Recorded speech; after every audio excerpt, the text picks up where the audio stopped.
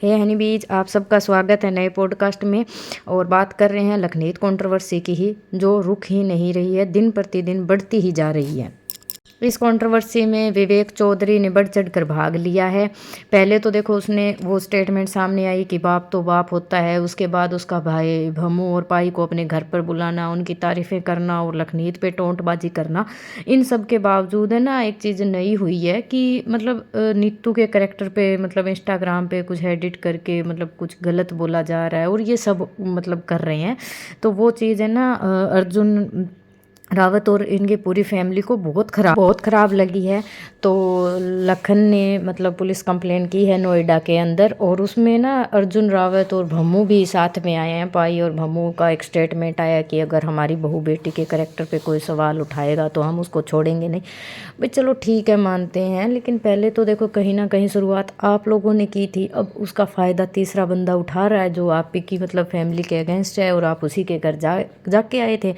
तो ना जैसे ही लखन ने पुलिस कंप्लेन की और बात की, तो भैया मिर्ची लगी विवेक चौधरी को। क्यों लगी?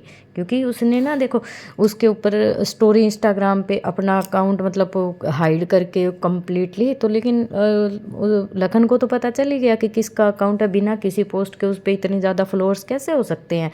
सिर्फ वो जो एक पोस्ट डाली उस पर तो इतने होने से रहे।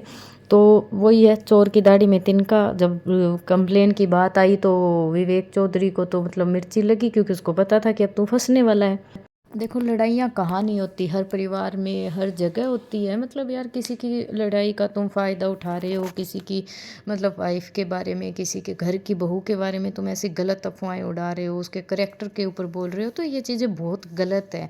और विवेक को तो सोचना चाहिए कि उसकी वाइफ के बारे में अगर कोई बोलेगा तो उसको कैसे लगेगा। वैसे ही तो अब लखन भैया को लग रहा है कहीं ना कहीं।